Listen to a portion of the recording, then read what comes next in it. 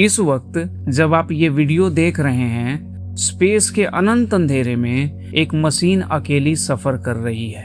इसे तब बनाया गया था जब इंटरनेट का वजूद भी नहीं था, लेकिन आज ये उस जगह तक पहुंच चुकी है जहां तक इंसानी इतिहास की कोई और मशीन कभी नहीं पहुंची।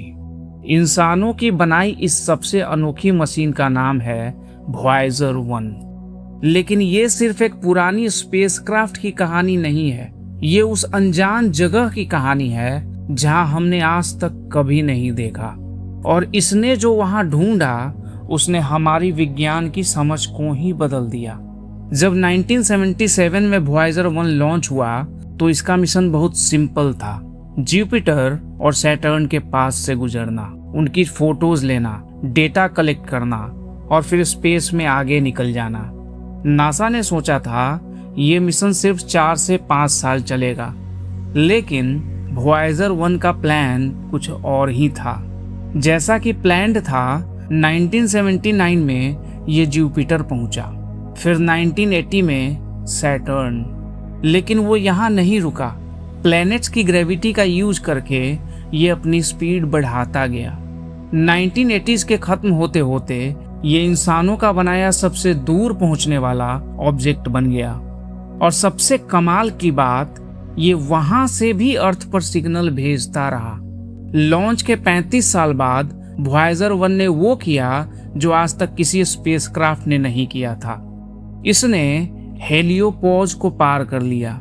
इसे आसान भाषा में समझते हैं, हमारा सन सिर्फ लाइट नहीं देता, वो हर वक्त चार्ज पार्टिकल्स की स्ट्रीम्स इमिट करता है, जिसे सोलर विंड कहते हैं। ये विंड स्पेस में एक बहुत बड़ा बबल बनाती है। जहां ये बबल खत्म होता है और डीप स्पेस शुरू होता है, उस बाउंड्री को हेलियोपोज कहते हैं। असल में हेलियोपोज सन के सोलर विंड की बाउंड्री है।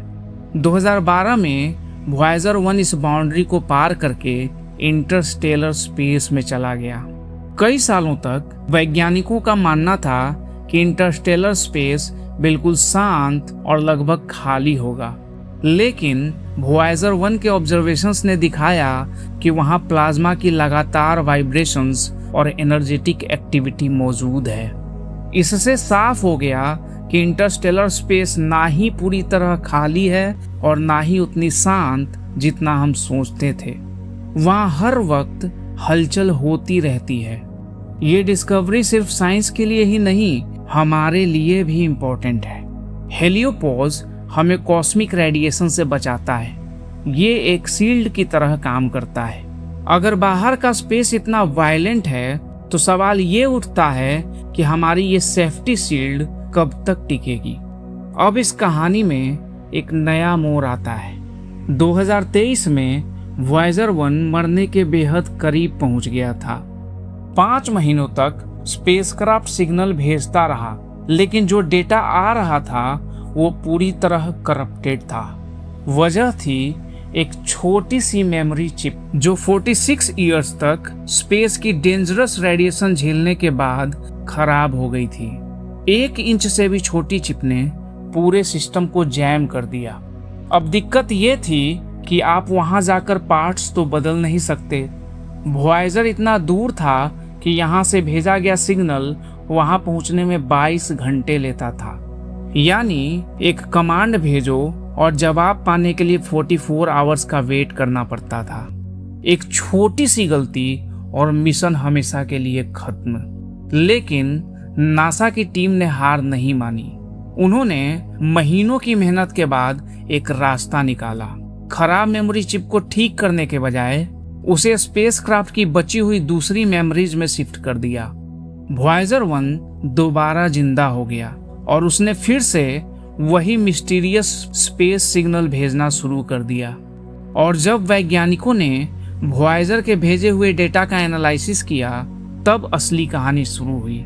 सभी को लगता था कि सोलर सिस्टम के बाहर की बाउंड्री बहुत स्मूथ होगा, जैसे एक नदी धीरे धीरे समंदर में मिलती है। लेकिन वॉयेजर ने देखा कि वहां पार्टिकल्स इतनी तेजी से आपस में टकरा रहे हैं कि वहां का टेम्परेचर लगभग 30,000 डिग्री सेल्सियस तक पहुंच जाता है। साथ ही इसने ये भी दिखाया कि सन और गैलेक्सी के मैग्नेटिक फील्ड्स के बीच इंटरैक्शंस होते हैं और ये आपस में एनर्जी एक्सचेंज कर रहे हैं। अब बात करते हैं आज की, यानी साल 2026 की। इस साल नासा को एक बहुत मुश्किल निर्णय लेना पड़ा। वॉयेजर 1 का low energy charge particle instrument जो 1977 से काम कर रहा था उसे बंद कर दिया गया, क्योंकि अब स्पेसक्राफ्ट की पावर खत्म हो रही है। वॉयेजर 1 प्लूटोनियम के डीके से पावर जनरेट करता है। 1977 में ये 470 वाट्स पावर बनाता था, लेकिन आज ये सिर्फ 250 वाट्स ही बना पाता है। हर साल इसकी पावर 4 वाट्स कम हो जाती है। 2030 आते आते इसकी पावर पूरी तरह खत्म हो जाएगी। और अब एक तारीख जो ऑलरेडी फिक्स है, जो होना ही है। इसी साल 18 नवंबर 2026 सुबह के 2:16 और 12 सेकंड पैसिफिक टाइम पर वॉयेजर 1 अर्थ से एग्जैक्टली 1 लाइट डे दूर हो जाएगा। इसका मतलब अगर हम लाइट की स्पीड से भी कोई सिग्नल भेजें तो उसे वॉयेजर तक पहुंचने में पूरे 24 घंटे लगेंगे।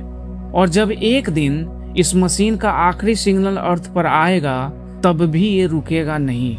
ये अंधेरे में हमेशा चलता रहेगा, अपने साथ एक गोल्डन रिकॉर्ड लिए जिसमें 55 लैंग्वेजेस में ग्रीटिंग्स हैं, बारिश की आवाज है, इंसानों की हंसी है, हमारा संगीत है और एक नक्शा है जो बताता है कि हम इस गैलेक्सी में कहाँ हैं।